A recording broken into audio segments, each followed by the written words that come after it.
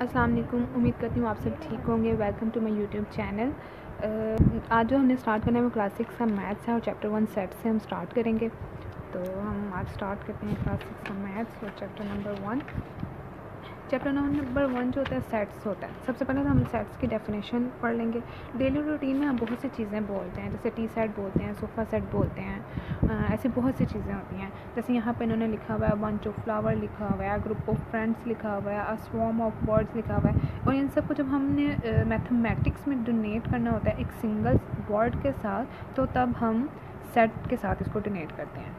ठीक है, ये सारे जो होते हैं ना, अ बंच ऑफ फ्लावर, तो इसको हम सेट के साथ डोनेट कर देते हैं। ऑल टाइप्स ऑफ वर्ड्स, तो वो सारी चीज़ें एक ही सेट के अंदर आ जाती हैं।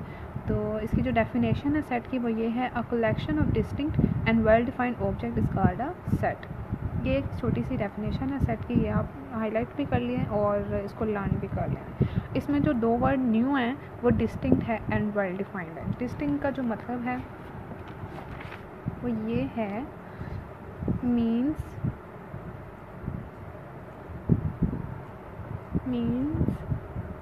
same things should not repeat।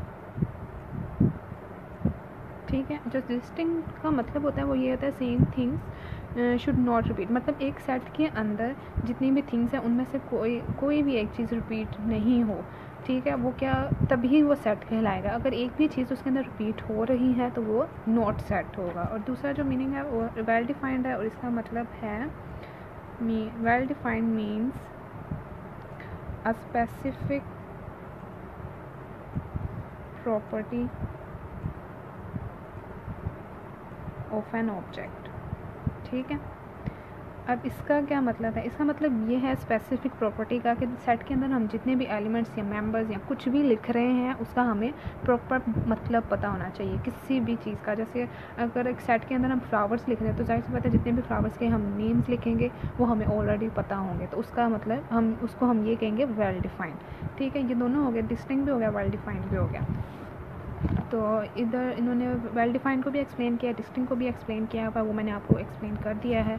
अब आते हैं सेट नोटेशन। सेट नोटेशन क्या होती है? सेट नोटेशन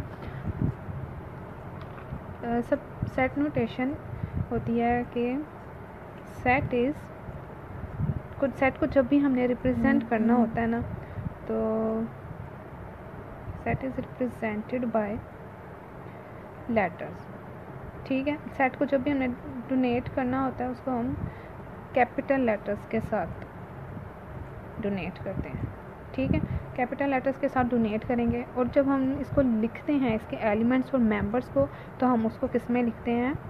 कर्ली ब्रैकेट्स में। And it is written in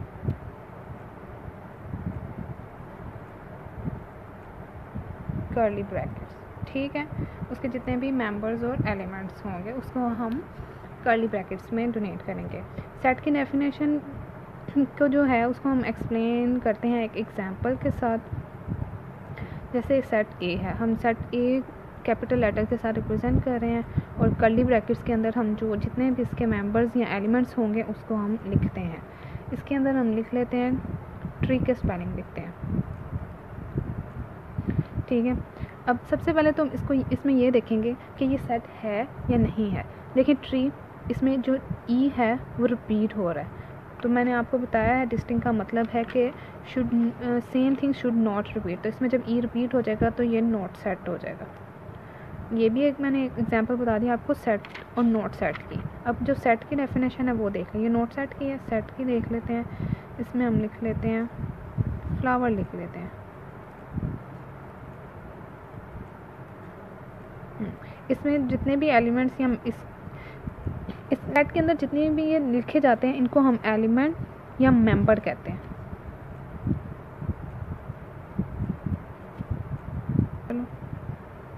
element या मेंबर कहते हैं। ठीक है ना, तो इसके जितने भी एलिमेंट्स हैं, मेंबर्स हैं, सारे फ्रंट हैं। और इसके जो वेल डिफाइंड डिस्टिंक्ट भी हमने चेक कर लिया। वेल डिफाइंड हम ऐसे चेक करेंगे कि ये सारे अल्फ़ाबेट्स हमें पता है, तो ये क्या हो जाएगा, ये सेट हो जाएगा, ये नोट सेट हो जाएगा और ये सेट हो जाएगा। सेट नोटेशन भी मैंने आपको बता दिया। सेट नोटेशन को जब हमने रिप्रेजेंट करना था तो कैपिटल लेटर्स के साथ करते हैं, उसके जितने भी एलिमेंट्स और मेंबर्स होते हैं वो कर्ली ब्रैकेट्स के अंदर लिखे जाते हैं, तो ही वो एक सेट कंप्लीट होता है। ठीक है, इसके बाद आते हैं ये ग्रीक लेटर पे। ये जो ग्रीक लेटर होता है ना, ये लिखा ना तो ये ई की तरह पढ़ा जाएगा, ना ही ई की तरह लिखा जाएगा। ई जब हम लिखते हैं तो ऐसे लिखते हैं, लेकिन ये इस तरह थोड़ा सा ओवल शेप या सर्कल शेप में आ जाता है। ये ई की तरह नहीं होता है, इसको ग्रीक लेटर कहते हैं। और जब हम इसको रीड करते हैं तो इसको हम कहते हैं इज़ एन एलिमेंट, और इसको कहते हैं बिलोंग्स टू, और इसको कहते हैं इज़ अ मेंबर ऑफ। ठीक है, इसको हम जब भी सेट के अंदर रीड करेंगे तो इन तीन चीज़ों के में से किसी भी एक के साथ हम इसको रीड कर सकते हैं। आप इसको इज़ एन एलिमेंट कह सकते हैं, बिलोंग्स टू कह सकते हैं, इज़ अ मेंबर ऑफ भी कह सकते हैं। इसको इस तरह पढ़ेंगे और जब इसके ऊपर ये लाइन आ जाएगी, एक कट करने वाली लाइन आ जाएगी, तो इसको हम जब पढ़ेंगे तो वो आ जाएगा डज़ नॉट बिलोंग टू। ठीक है, देखें ना, यहाँ इस जब कट कर दिया इसको तो साफ पता चल रहा है कि इसका मतलब ही है कि does not belong to, is not a element. ठीक है, ये दो। ठीक है, अब हम चलते हैं आगे। अब जितने भी सेट्स हैं ये देखें, एन का मतलब होता है नेचुरल सेट्स, ई का even number, O odd number, W whole numbers और पी प्राइम नंबर। ये सारे पता होने चाहिए क्योंकि ये आगे हम यूज़ करेंगे। यहाँ तक ये सब फिनिश होता है। सेट की जो जितना भी इंट्रोडक्शन है वो सारा मैंने आपको समझा दिया है। कोई भी अगर आपको कहीं भी प्रॉब्लम है, कहीं भी कि आपको कुछ समझ नहीं आया, तो आप मुझे कमेंट सेक्शन में बताएं, मैं आपको समझा दूँगी अपनी नेक्स्ट वीडियो में। तो मेरी वीडियो को लाइक करें, मेरे चैनल को सब्सक्राइब करें, वीडियो को अपने फ्रेंड्स के साथ शेयर करें। तो थैंक यू सो मच।